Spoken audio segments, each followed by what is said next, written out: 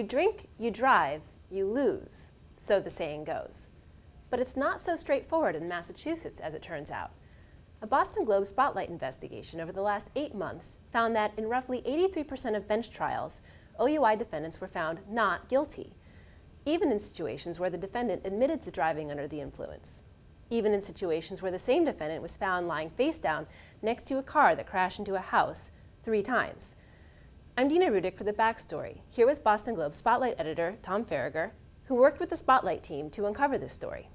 So Tom, 83% sounds like a lot, but can you put that into perspective for us? It is a lot. I mean, we looked pretty carefully around the country, and as far as we know, there is no other state in the nation that approaches a 83% acquittal rate. Essentially, 4 out of 5 defendants in Massachusetts, when they choose to have their cases heard before a judge instead of a jury, walk out of court scot-free. The thing that was really surprising to me was that under state law, the state judiciary doesn't have to give you any information. It's not public. Right. I mean, the state legislature itself has exempted itself from the state public records law. The state legislature has exempted the judiciary from that law, which meant when my team went to look for these records, the judiciary could say, we don't have to give them to you. But in fact, they didn't have them to begin with, so we had to get the story somewhere else. How did you go about getting this information? Right. The first thing we did is I sat down with the senior members of the judiciary, and I said, I'd like this information. Can you produce it? And they said no. Well, they have a new $75 million computer system. They don't track this information that way. So, as you said, we had to find somewhere else to get this data. And what we did then was go to the district attorney's offices. Which is a different branch of government. Right. And we filed public records requests for the data on OUI outcomes by judge, jury, and we began crunching that data, and that became the foundation for this Spotlight series. What was the most challenging aspect of this investigation?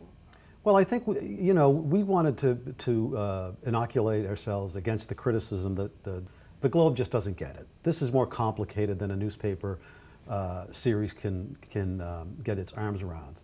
Well, we took great care to note that the prosecution of this crime is not as easy as it seems. There are 3 elements that need to be proved. You have to prove the person was driving the car, you have to prove the car was on a public way, and you have to prove that the operator was impaired. And all of those things beyond a reasonable doubt. Beyond a reasonable doubt. But as our story points out, and in fact as the jury instructions point out, beyond a reasonable doubt is not beyond all doubt. So you and your team have been reporting this for 8 months, and you've asked a lot of questions.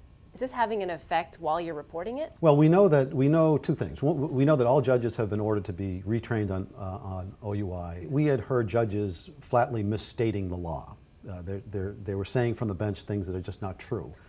We also know that increasingly judges are now, because of our reporting, reluctant to agree to hear bench trials. I think they're anticipating fallout from this project, they're anticipating criticism from the public, and they're saying, I'm not doing that anymore. As an editor, when you put a project like this, an investigative piece like this out in the paper, what do you expect is going to happen? Well, I don't know. I mean, I can guess what might happen. There has been legislation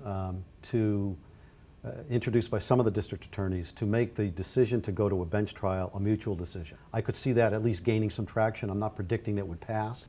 There is an old Supreme Judicial Court advisory opinion about the admissibility of the breath test. Turns out Massachusetts is one of only 2 states where if you refuse the breath test, you cannot introduce that at trial. Now, if you could introduce that at trial, the conviction rate would skyrocket.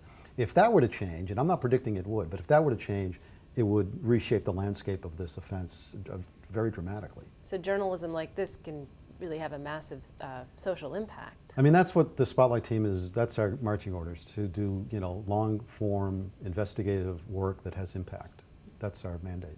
Well, I think that's what this is. Thank you very much for sharing it with us. Thank you, Dina.